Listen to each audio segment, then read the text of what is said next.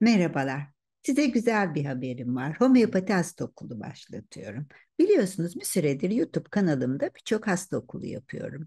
Belli bir hastalığı alıyoruz ve birçok boyutuyla işliyoruz. Hatta tedavileri de işleyeceğiz ileride. Homeopati bunlardan ilki. Ama homeopati bütün hasta okullarından farklı olacak. Neden? Çünkü çok uzun sürecek. Herhalde yıllarca ben bu videoları çekmekten pes etmezsem devam eder.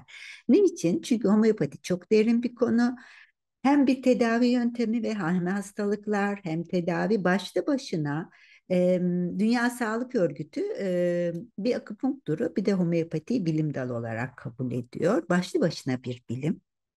Ve diğer yaklaşımlara göre tamamlayıcı tıp içinde yer alsa da diğer yaklaşımlara göre başlı başına bir ayrı bir yerde duruyor. O yüzden de hem homeopatiyi anlatmak hem hastalıklardaki kullanımını anlatmak bayağı bir uzun vakit alacaktır. Anlatacak çok şey var diye düşünüyorum. Ayrıca bir de bir hizmet olarak homeopati ile birlikte acil homeopati, ev homeopatisi, aile homeopatisi diyelim. Daha doğrusu böyle kısa eğitimler homeopatiyi meslek olarak, iş olarak yapmayıp sadece bilgilenmek ve acil ve gerekli durumlarda akut dediğimiz yani ani gelişen durumlarda kendileri ve yakınları için müdahale edebilmek için verilen bir eğitim aslında. Bu şekilde homeopat olunmuyor. Homeopati çok uzun bir eğitim. Ancak hem acil durumlarda homeopati çok güzel çalışan bir şey ve belli bir kısa bir bilgilenmeyle çok işe yarayabiliyor. Yani acil bir küçük belli bir sayıdaki işte sayılar değişiyor. 18, 36 gibi sayılarda olabiliyor. Bir küçük bir kitle, küçük bir çantayla yani tıpla hiç ilginiz olmadan da bu eğitimi aldığınızda yardımcı olabiliyorsunuz. Bu şekildeki eğitime ben homeopati çok derin bir konu. Çok taraftar değilim aslında bir yönüyle. Ama şöyle bir avantajı var. Genelde homeopatlar bu eğitimleri verirler. Niçin? Bir, homeopatiyle kişiler tanışsın ve içlerinden gerçekten de bu etkisini gördüklerinde ileride homeopat olmaya da karar verebilirler. Homeopati daha yaygınlaşır, daha çok uygulayıcısı olur. İkincisi, kendi hastaları homeopatik olarak takip ettiği hastaların acil durumlarında kendi kendilerine müdahale edebilirler. Çünkü homeopati çok uğraş isteyen bir iş.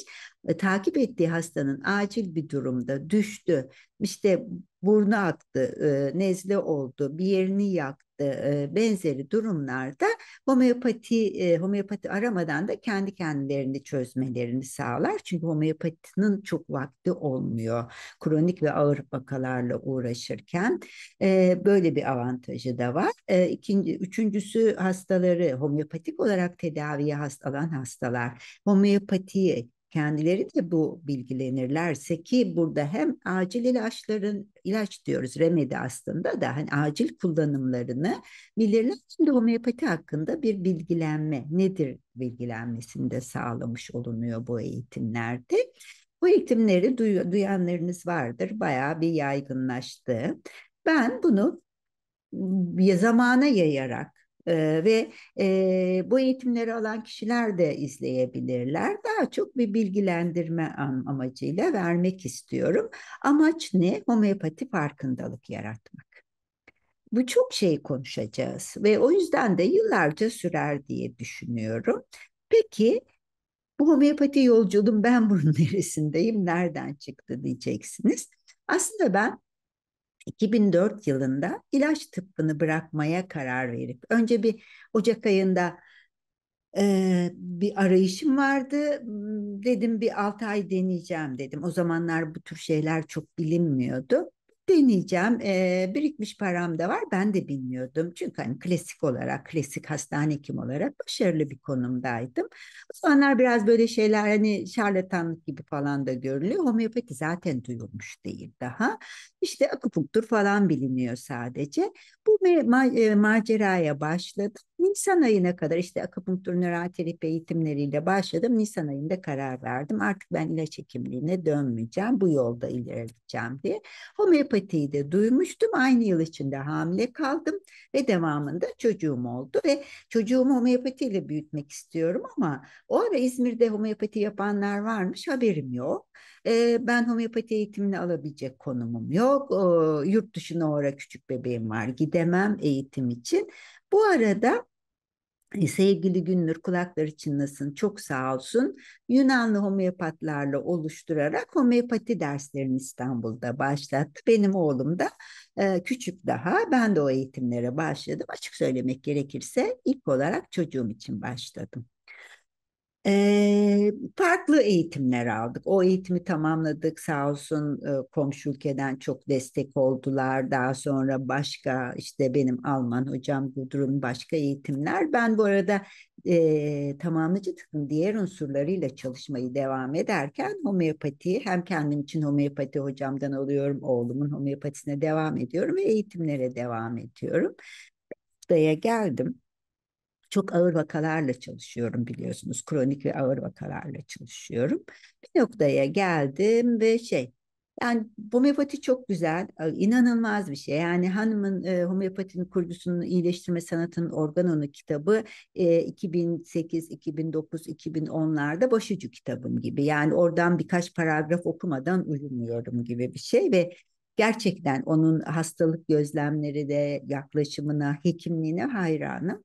Oradan da çok şey öğrenip diğer alanlarda da hastaları çözerken o yaşam enerji nasıl hastalanıyoruz kullanıyorum ama homeopatik remedileri benim kronik vakalarımda kısmi olarak kullansam da onunla çok tedavi edemeyeceğimi düşünüyorum.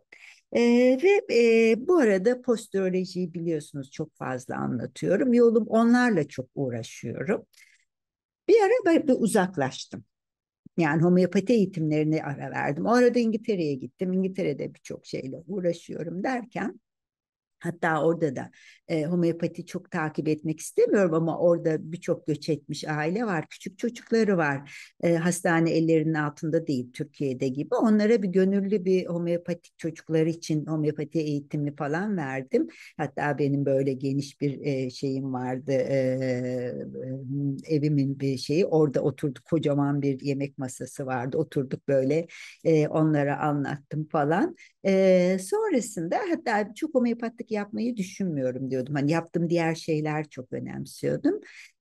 Birden Covid geldi ve ben o arada Türkiye'ye gelmiştim. Türkiye'de kaldım ve telefonla Covid özellikle İngiltere'de Türkiye'ye göre çok sıkıntılar durumu vardı. Hastaneye gidemiyordu. Sayısız hastaya sadece telefonla hatta o aile çocuklar için verdiğim eğitimde onlara küçük acil kitleri de vermiştim. Onlar bir sürü insana ellerinden ulaştırdılar. Yani orada yabancı bir ülkede göç etmiş olunca birbiriyle komünite bağlantıları daha yüksek oluyor. Çok insana yardımcı oldum. Ve böyle olunca o Covid'in ilk başladığı dönemlerde yani 24 saate yakın neredeyse uyumuyordum. Çünkü saatlik takip ediyorum. Bilinmeyen bir yeni durum daha. Hatta Türkiye'deki arkadaşlarla bir grup oluşturmuştu. Onlar hiç Covid görmemişti. Onlara deneyimlerimi anlatıyorum ben çünkü çok fazla Covid görüyorum online. Böyle ve dedim ki evren bana bir şey söylüyor. Ben bu alana hizmet etmeliyim. Tekrar bu dönemi böyle değerlendiririm. Değerlendirmenin ve yoğun bir şekilde bütün eski kitaplarımı, bütün notlarımı çıkardım ve homeopati çalışmaya başladım. Her işte bir hayır vardır derler. Covid'in büyük bir faydası oldu. Çünkü kronik hastalıklarda, ağır hastalıklarda nerede tıkandığımı anladım. Benim çalıştığım hasta grubunda organ remedisi, burnout, Aiziaga gibi şeyler var. Bunları daha önce aldığım eğitimlerde bunlara yönelik eğitim almamıştım. CHI var, dünyanın sayılı homeopati okullarından İngiltere'de. Onun Türkiye'de eğitimleri var. Orada benim eski homeopat arkadaşlarım onları yürütüyorlar Türkiye ayağını. Beni de oraya davet ettiler. Ben bir oturup bütün CHI derslerini tekrar bütün derslere bakmaya başlayınca oradaki hocalarım sayesinde bir şeyi fark ettim. Evet, içimdeki homeopatinin çok faydalı ve çok derin etkileri olabileceğini gösteriyordu. Kronik vakalarda ilk öğrendiğimiz totalite yaklaşımının çok yeterli olmayacağını gördüm. Çünkü benim vakalarım aynı zamanda işte biliyorsunuz fibromiyalji okulunu takip ediyorum. Tiroid problemi de var, endokrin problemi de var, çok yaygın ağrıları da var, adet düzensizliği de var. Beraberinde migreni de var, birçok problemi var. Böyle bir yaklaşımda bu metotlar bana çok yol gösterdi ve tedavimde çok etkili sonuçlar almaya başladım. Özellikle endokrin sistem problemlerinde çok iyi sonuç, çok yardımcı oluyor. Fibromiyalji tedavimi çok hızlandırıyor. Onun dışında başka alanlarda ağrı ve ağrı kontrolünde de birçok alanda o kas iskelet sisteminde de Aymas'ın bir kitabı var sağ olsun çok faydalanıyorum. Yani homeopati ciddi bir geriye dönük külliyatı olan bir literatür olan bir alan ve o deneyimlerin çok faydasını görüyorum. Meğerse homeopatide bir ayrışma var 1800'lerin sonuna doğru. İşte o Burnett'lar, Alice Barker var, Clark var. Bunlar İngiliz homeopatlar. Hintliler çok fazla kullanıyor bunları. Bu daha böyle ağır kronik benim çalıştığım vakalar için daha uygun bir yaklaşımı sunuyorlar. Bunları öğrendim. Bunlarla ilgili de bahsedeceğim. Acil ve akut durumlarla ilgili de bahsedeceğim. Böyle bir homeopati yolculuğunu yapalım istiyorum. Tabii ki sizin homeopat olmanız değil, sadece bu yolculukta homeopati ile ilgili farkındalığınızın artmasını sağlamak istiyorum. Ve içinden geçtiğimiz süreç gösterdi ki bazen öyle bir hastalık geliyor ki elimizi kolumuzu bağlıyor, doktora ulaşımımızı bile bağlıyor. Homeopati geleceği bence çok parlak çünkü online yapabilirsiniz.